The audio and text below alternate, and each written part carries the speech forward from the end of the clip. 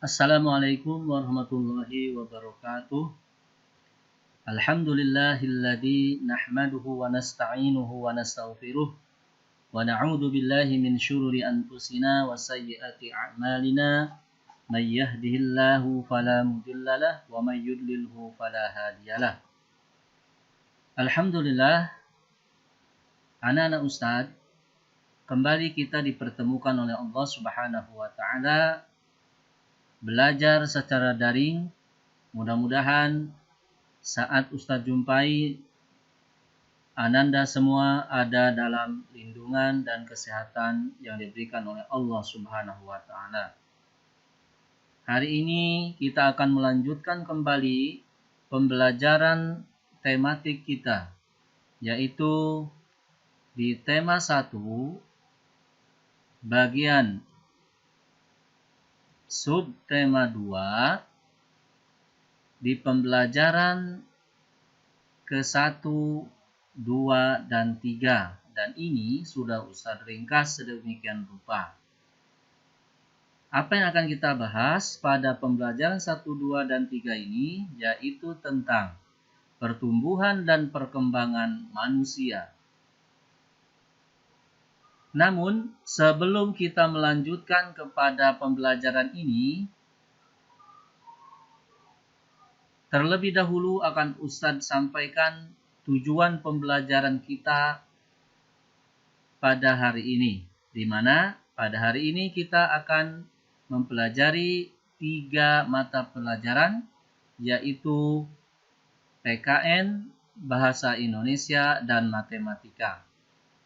Adapun tujuan dari PKN adalah setelah Ananda mempelajari tentang PKN nanti, diharuskan atau diharapkan mengetahui bunyi dan makna sila kedua Pancasila. Selanjutnya, mengamalkan makna sila kedua Pancasila dalam kehidupan sehari-hari. Kemudian bahasa Indonesia, tujuan pembelajarannya adalah siswa dapat mengidentifikasi perbedaan antara pertumbuhan dan perkembangan dengan tepat. Lalu, siswa dapat mengidentifikasi pertumbuhan dan perkembangan dirinya dengan tepat melalui wawancara. Jadi, nanti ada tugas wawancara dengan orang tua. Dan matematika, hari ini kita akan mempelajari tentang atau siswa dapat menentukan hasil penjumlahan dengan benar, yaitu melalui teknik tanpa menyimpan dan teknik menyimpan. Itulah tujuan daripada pembelajaran kita hari ini. Baik, kita masuk kepada pembelajaran selanjutnya, yaitu tentang pertumbuhan dan perkembangan manusia. Silakan Ananda amati gambar berikut ini. Ini adalah bahasa Indonesia. Ustadz mempunyai gambar seperti ini. Coba diamati, ada gambar dimulai dari sejak bayi sampai dewasa. Ini adalah namanya gambar antara pertumbuhan dan perkembangan manusia. Nanti Ananda sebutkan apakah ini termasuk pertumbuhan ataukah perkembangan. Nah, ada di sini, Mbak, anak bayi sampai dewasa. Baik. Nah, perubahan yang dialami Udin ini mulai dari bayi sampai dia dewasa, sampai dewasa adalah perubahan apa? Ayo jawab. Iya, tepat sekali. Perubahan yang dialami Udin sejak bayi sampai saat ini adalah yang dinamakan pertumbuhan. Ya, betul sekali. Pertumbuhan. Yaitu mulai dia anak-anak kecil bayi, mulai dari bayi, kemudian menjadi anak-anak, jadi remaja, dewasa, sampai orang tua. Nah, inilah namanya adalah pertumbuhan. Lalu apa itu pertumbuhan, Ustadz? Nah, pertumbuhan itu adalah pertumbuhan itu adalah proses pertambahan ukuran yang tidak dapat kembali ke asal. Jadi, proses bertambahnya ukuran badan kita mulai dari bayi sampai dewasa, itulah disebut dengan pertumbuhan. Kita perhatikan yang tadi, gambar yang tadi ya. Nah, ini sini proses pertumbuhan dari bayi sampai dewasa. Setelah dewasa, dia tidak mungkin lagi dia kembali ke menjadi bayi lagi. Inilah yang disebut dengan proses pertambahan ukuran yang tidak bisa kembali ke asal. Ini ya, nggak mungkin sudah dewasa kembali ke bayi lagi. Nah, itu maksudnya ya. Nah, baik.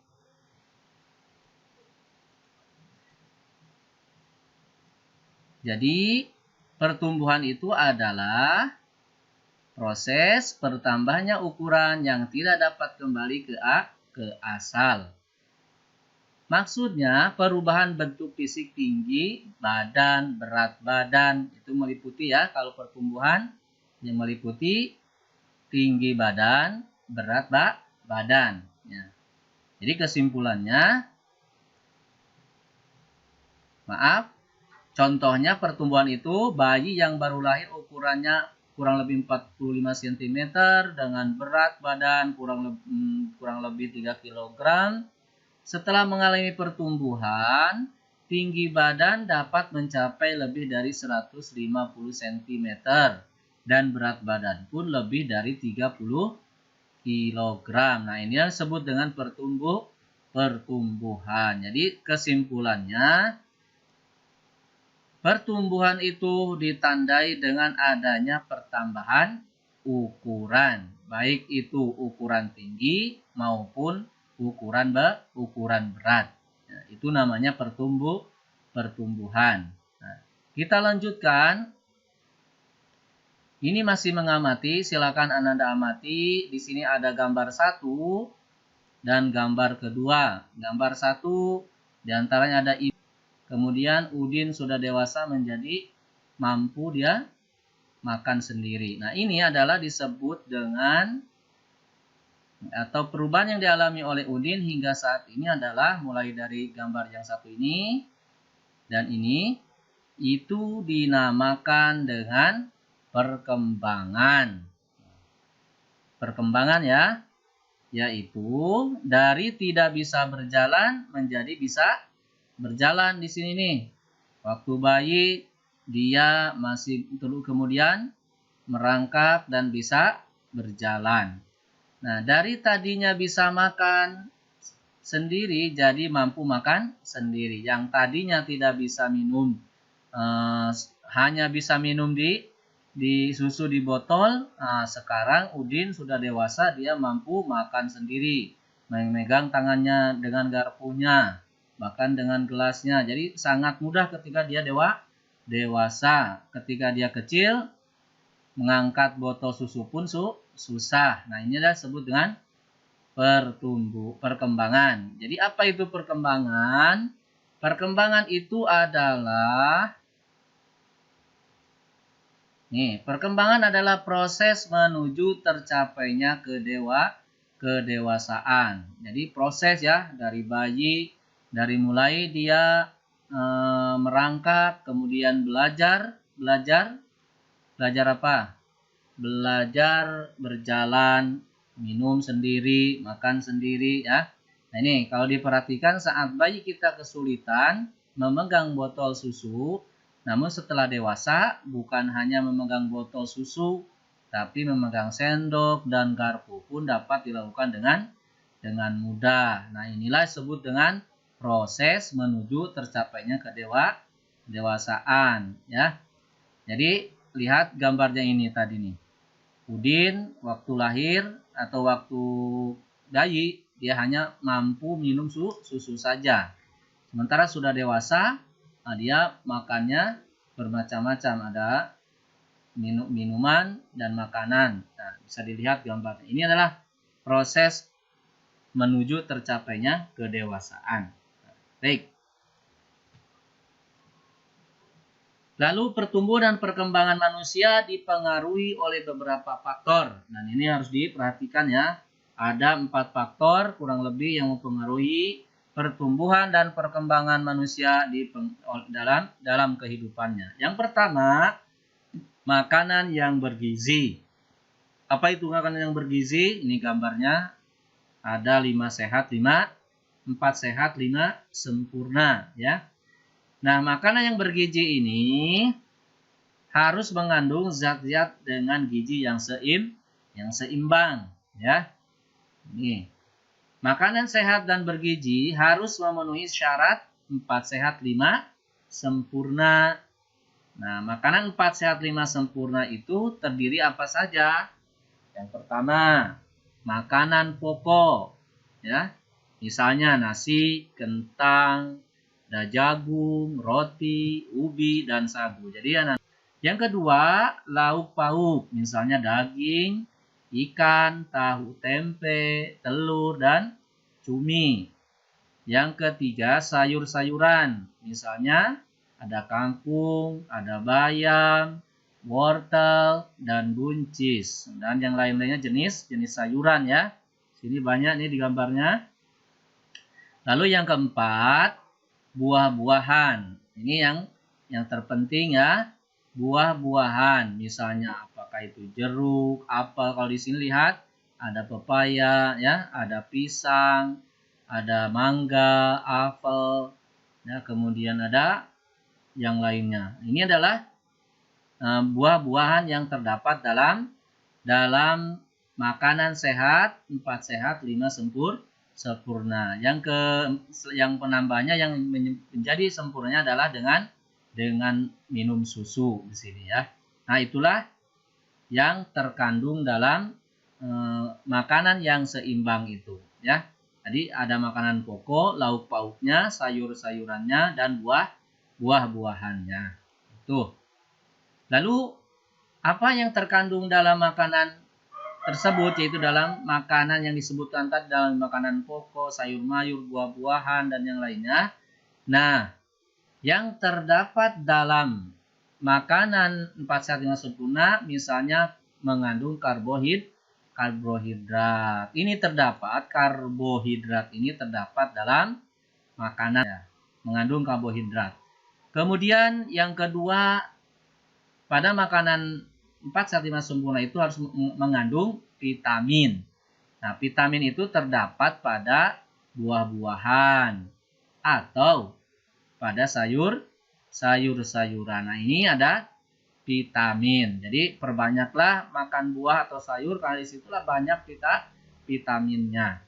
Selanjutnya yang ketiga adalah mineral. Nah, mineral ini terdapat pada susu diantaranya. Kemudian ikan. Ini hanya gambar aja, ilustrasi ya. Ada macam-macam ikan. Dia mengandung mineral. Kemudian sayur-sayuran. Jadi tiga unsur ini adalah mengandung mineral yang sangat dibutuhkan oleh tubuh kita. Lalu yang keempat, protein. Nah, protein ini terbagi dua. Ada protein hewani dan protein nabati. Nah, protein hewani, nah ini terdapat pada apa saja? Ada pada daging ayam, ya, daging sapi, ikan, itu ya, sejenis hewan-hewanan. Itu disebut dengan protein hewani. Kemudian ada protein nabati, yaitu terdapat pada sayuran seperti ini, kalau di sini tempe, kemudian tempe ini, kemudian tahu yang sudah jadi diolah ya, asalnya dari kacang-kacangan dan termasuk sayur-sayuran. Itulah protein nabati. Nah, sampai di sini Anda harus paham ya tentang bagaimana kita harus mengkonsumsi makanan-makanan yang bergizi seimbang untuk mendukung pertumbuhan dan perkembangan tubuh kita. Baik, yang kedua yang mempengaruhi faktor pertumbuhan dan perkembangan manusia itu adalah faktor olahraga. Olahraga sangat penting ya. Jangan sampai kita tidak pernah olahraga. olahraga itu banyak jenisnya, ya. Bisa dengan Ananda berlari atau jogging, bisa juga dengan sepak bola atau main sepeda, ya, ataupun dengan main raket atau badminton. Itu jenis-jenis olahraga yang sangat banyak olahraga itu. Makanya olahraga dengan rutin dan teratur itu dapat mempengaruhi pertumbuhan dan perkembangan tubuh kita. Lalu yang ketiga, yang mempengaruhi pertumbuhan dan perkembangan manusia itu adalah keturunan atau genetik. Ya. Misalnya di sini ada gambar nih. Ini satu keluarga, ya, satu keluarga nih, mulai dari ayahnya, ibunya, anak, kakek, sama cucunya, ya. Ini adalah genetik. Apa itu genetik? Genetik merupakan faktor yang diturunkan kepada anak atau keturunannya. Jadi dari bapak ke anak akan mewariskan gen namanya. Yaitulah gen yang mengatur seluruh aktivitas sel, termasuk di dalamnya pertumbuhan dan perkembangan, mulai dari ciri baik, dari bentuk, warna kulit, maupun dari sisi sifat makhluk hidup tersebut. Jadi yang diwariskan atau yang diturunkan dari orang tuanya itu adalah bentuknya, rupanya, wajahnya, kan kadang-kadang ada seperti bapaknya atau seperti ibunya. Kemudian warna kulit, nah, ada yang ngikut ibunya atau yang ngikut ayahnya. Atau di sisi sifatnya, baik sifatnya jelek ataupun bagus, ya. Nah, sisi sifat itu apa, dia pemarah atau dia pemalu. Nah, itu tergantung kepada kedua orang tuanya. Di sinilah yang mempengaruhi pertumbuhan dan perkembangan makhluk hidup. Nah, misalnya tinggi badan itu termasuk kepada keturunan juga. Ada yang bapaknya tinggi, ibunya tinggi. Nah, maka anaknya pun tinggi. Itu secara teori, ya. Karena Allah yang maha tahu. Tapi secara teori, kalau bapaknya tinggi, anaknya ibunya tinggi, nah pasti anaknya pun ikut tinggi. Nah, itu adalah faktor genetik, ya. Nah, baik. Kemudian yang keempat, yang mempengaruhi pertumbuhan dan perkembangan itu adalah ini dia. Istirahat yang cukup. Nah, istirahat yang terbaik itu adalah istirahat tidur ketika malam hari. Nah, ini menurut penelitian, ya, teorinya. Nah, istirahat yang benar membawa pemulihan dan penambahan kekuatan itu adalah kebutuhan seseorang dewasa untuk tidur 7 sampai 8 jam setiap harinya, ya. Jadi sehari kita butuh tidur 7 sampai 8 jam. Tujuannya untuk apa? Untuk pemulihan dan penambahan kekuatan istirahat tuh. Nah, waktu tidur terbaik adalah di malam hari. Nah, ingat nih anak-anak, ya, di malam hari itu rekomendasi dari para ahli itu dari mulai pukul 9 sampai pukul 4 pagi, ya. Dari pukul 9 malam atau pukul 21 sampai pukul 4 pagi. Dan itu ideal sekali, ya. Jadi sangat dianjurkan sekali. Itu diantaranya 4 faktor yang mempengaruhi pertumbuhan dan perkembangan makhluk hidup. Ya, baik. Selanjutnya, tugas mandiri ini, ya, tugas mandiri pada halaman 53, apa tugasnya? Mewawancarai kedua orang tua kita. Apa yang diwawancarai Ananda? Nah, ini, yaitu berkenaan dengan pertumbuhan dan perkembangan Ananda. Misalnya dari berat dan tinggi badan saat lahir. Atau mencari informasi lain mengenai kemampuan dalam bergerak dan berjalan.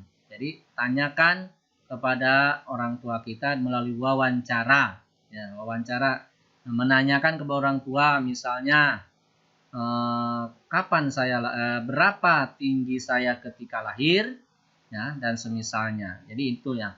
Dilihat yang lebih jelasnya di halaman 53. 53. Nah, itu tugas mandiri ya, bukan latihan ya, tapi tugas mandiri. Baik, Ananda yang dirahmati Allah Subhanahu wa taala, kita lanjutkan pada pokok bahasan berikutnya yaitu tentang PKN. Judulnya saling menghargai perbedaan. Nah, baik. Saling menghargai merupakan bentuk pengamalan sila kedua. Ya. Masih ingatkah atau Ananda sudah tahu ya di waktu kelas 1, kelas 2 kan ini lanjutan. Bunyi sila kedua Pancasila itu apa? Nah, betul. Bunyi sila kedua Pancasila itu adalah kemanusiaan yang adil dan beradab. Sila kedua disimbolkan dengan gambar rantai emas ya. Nah, ini bentuk gambarnya rantai, ya, rantai emas. Ini simbol sila kedua. Nah, mata rantai yang saling berkaitan melambangkan bahwa setiap manusia saling membutuhkan dan perlu bersatu sehingga menjadi kuat. Nah, seperti sebuah rantai, ya. Perlu bersatu sehingga menjadi kuat seperti buah rantai di sini ya. Disaling sambung menyambung antara satu dengan yang lainnya. Ini menggambarkan kekuatan. Nah, selain itu lambang ini menunjukkan bahwa bangsa Indonesia itu sangat menjunjung tinggi nilai-nilai kemanusiaan. Di antaranya saling menghormati, saling menyayangi, dan memperlakukan manusia lainnya dengan baik. Nah, coba Ananda perhatikan gambar berikut. Yaitu contoh pengamalan sila kedua Pancasila dalam kehidupan kita sehari-hari ya. Nah, coba ini ada gambar orang yang sedang menjenguk orang yang sakit. Nah, ini merupakan bagian daripada pengamalan Pancasila kedua ya. Nah, ini saling menyayangi dengan saling kedua. Kemudian di sini ada gambar Aisyah, dia terjatuh, maka oleh Udin dia ditolong, ya, saling tolong menolong atau saling membantu ya. Jadi kalau ada kawan kesusahan, orang lain kesusahan, maka kalau kita mampu membantu maka Kemudian yang ketiga, pengamalan sila Pancasila ini saling menghargai. Di gambar ini banyak sekali penganut agama lain. Ada Muslim, ada Kristen, ada Buddha, Hindu, Konghucu, dan kepercayaan ya Konghucu dan yang lain-lainnya. Nah, antara mereka ini saling menghargai ketika beribadah, maka hargailah ketika mereka beribadah. Kita pun sebagai muslim harus dihargai oleh orang lain. Kita pun harus menghargai umat yang beragama selain agama kita. Dan ini sesuai dengan pengamalan Pancasila, sila kedua Pancasila, yaitu saling menghargai. Apalagi dalam agama kita lebih dianjurkan lagi ya, yaitu lakum dinukum waliyadin. Ketika beribadah, membahas tentang masalah akidah, maka lakum dinukum inilah yang berlaku. Ini adalah contoh daripada pengamalan sila kedua Pancasila dalam kehidupan kita sehari-hari.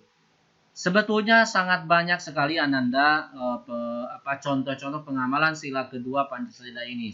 Ada sekitar 30 bahkan lebih ya contoh dari pengamalan Pancasila.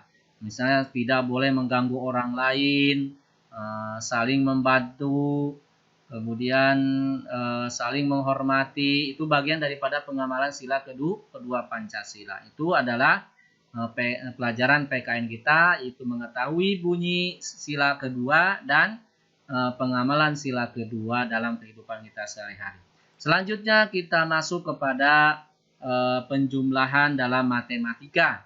Pada pertemuan yang lalu di subtema 1 kita sudah mempelajari tentang penjumlahan ribuan dengan teknik bersusun panjang dan teknik bersusun pendek. Nah, sekarang di subtema 2 ini kita akan mempelajari diantaranya adalah penjumlahan dalam susunan pendek dengan teknik menyimpan dan teknik tidak menyimpan. Yuk kita ikuti atau saksikan videonya bagaimana cara penjumlahan tanpa teknik menyimpan. Silakan saksikan videonya ya nak. Nah, ini video daripada teknik penyimpanan, penjumlahan dalam teknik menyimpan. Silakan. Penjumlahan bersusun tanpa menyimpan. Perhatikan contoh berikut ini ya.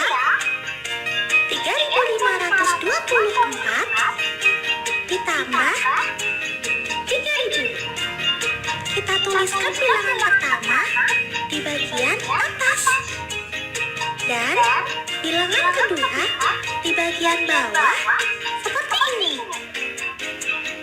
Karena operasi hitung yang akan kita lakukan adalah penjumlahan, maka kita tulis simbol operasi hitung penjumlahan. Yuk kita mulai menghitung. Pertama, kita jumlahkan satuan dengan satuan. 4 ditambah 0. Hasilnya adalah 4. Setelah itu, kita jumlahkan puluhan dengan puluhan. 2 ditambah 0, hasilnya adalah 2. Kita jumlahkan ratusan dengan ratusan. 5 ditambah 0, hasilnya adalah 5. Terakhir, kita jumlahkan ribuan dengan ribuan. 3 ditambah 3, hasilnya adalah 6. Karena hasilnya ribuan, jangan lupa diberi tanda titik ya. Jadi, hasil dari penjumlahan bersusun 3.524 ditambah 3.000 adalah 6.524. Kita lihat contoh lainnya yuk. 7.000 ditambah 1.352. Kita tuliskan bilangan pertama di bagian atas dan bilangan kedua di bagian bawah seperti ini. Karena operasi hitung yang akan kita lakukan adalah penjumlahan, maka kita tulis simbol operasi hitung penjumlahan. Yuk kita mulai menghitung. Pertama, kita jumlahkan satuan dengan satuan. 0 ditambah 2, hasilnya adalah 2. Setelah itu, kita jumlahkan puluhan dengan puluhan. 0 ditambah 5, hasilnya adalah 5.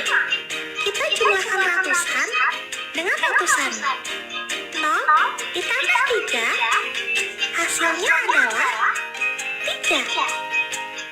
Terakhir, kita jumlahkan ribuan dengan ribuan. 7 ditambah 1, hasilnya adalah 8. Karena hasilnya ribuan, jangan lupa diberi tanda titik ya. Jadi, hasil dari penjumlahan bersusun 7.000 ditambah 1.352 adalah 8.352. Mudah bukan? Selamat belajar teman. Nah, itulah video tentang teknik penyimpanan ya, penjumlahan bersusun dengan teknik tanpa menyimpan. Kemudian yang kedua Nanda adalah penjumlahan dengan teknik menyimpan. Bagaimana penjumlahan dengan teknik menyimpan ini? Yuk kita simak video yang kedua ini. Perhatikan dengan baik-baik ya.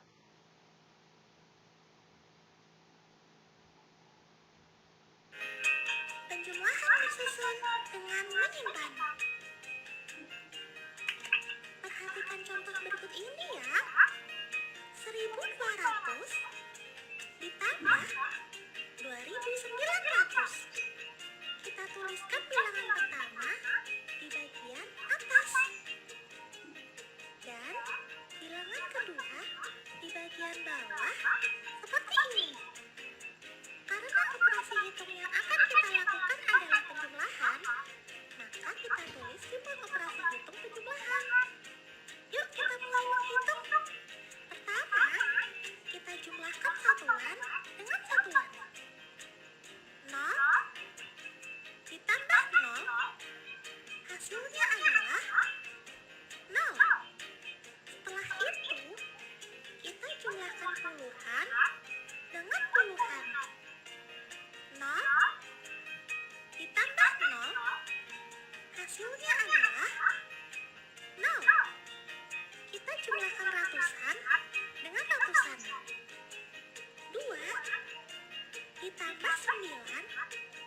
Hasilnya adalah 11. Kita tulis 1 pada nilai tempat ratusan dan kita simpan 1 ribuan pada nilai tempat ribuan seperti ini. Sekarang kita jumlahkan angka pada nilai tempat ribuan. 1 ditambah 1 ditambah 2. Hasilnya adalah 4. Karena hasilnya ribuan, jangan lupa diberi tanda titik ya. Jadi, hasil dari penjumlahan bersusun 1200 ditambah 2900 adalah 4100. Kita lihat contoh lainnya yuk.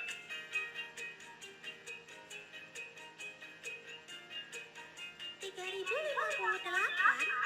ditambah 4950. Kita tuliskan bilangan pertama di bagian atas dan bilangan kedua di bagian bawah seperti ini. Karena operasi hitung yang akan kita lakukan adalah penjumlahan, maka kita tulis simbol operasi hitung penjumlahan. Yuk kita mulai menghitung. Pertama, kita jumlahkan satuan dengan satuan. 8 ditambah 0. Hasilnya adalah 8. Setelah itu, kita jumlahkan puluhan dengan puluhan. 5 ditambah 5. Hasilnya adalah 10. Kita tulis 0 pada nilai tempat puluhan dan kita simpan 1 ratusan pada nilai tempat ratusan seperti ini. Sekarang kita jumlahkan angka pada nilai tempat ratusan. 1 ditambah 0 ditambah 9. Hasilnya adalah 10. Kita tulis 0 pada nilai tempat ratusan dan kita simpan 1 ribuan pada nilai tempat ribuan seperti ini. Sekarang kita jumlahkan angka pada nilai tempat ribuan. 1 ditambah 3 ditambah 4. Hasilnya adalah 8. Karena hasilnya ribuan, jangan lupa diberi tanda titik ya. Jadi, hasil dari penjumlahan bersusun 3058 ditambah 4950 adalah 8008. Mudah bukan? Selamat belajar teman. Baik, nah itulah teknik penjumlahan dengan teknik menyimpan. Baik, Ananda, mudah-mudahan Ananda semua paham dengan pembelajaran hari ini. Dan untuk mengukur pemahaman Ananda, Ustadz akan memberikan latihan. Baik, ini latihan pertama. Silahkan baca kembali buku halaman 70-71. Yaitu makanan penting untuk kesehatan. Setelah itu jawab ya pertanyaannya di bawah ini. Nah, ini jawabannya. Kedua, tuliskan 3 contoh sikap yang sesuai dengan sila kedua Pancasila. Tuliskan contohnya. Yang ketiga, Andi anak yang pintar. Ia menjadi juara kelas, namun Andi sombong dan suka mengejek temannya yang nilainya kurang baik. Nah, menurutmu, apakah Andi sudah mengamalkan sila kedua Pancasila? Bagaimana sebaiknya sikap Andi? Nah, silakan. Itu bahasa Indonesia dan PKN. Kemudian selanjutnya soal matematika. Ini soal matematika, Ustadz kasih 2 soal saja. Yaitu dengan teknik menyimpan, penjumlahan dengan teknik menyimpan, dan penjumlahan dengan teknik tanpa menyimpan. Nah, silakan Ananda kerjakan di buku tugasnya. Baik, Ananda semua yang dimati Allah Subhanahu wa taala, itulah perjumpaan kita dalam pembelajaran daring ini.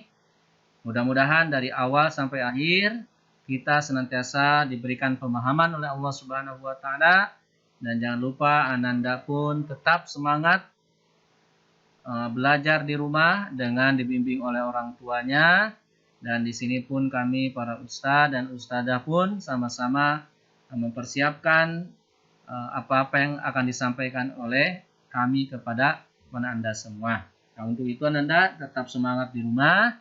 Kita tutup dengan doa kafaratul majlis. Subhanakallahumma bihamdika asyhadu an la ilaha illa anta astaghfiruka wa atubu ilaik.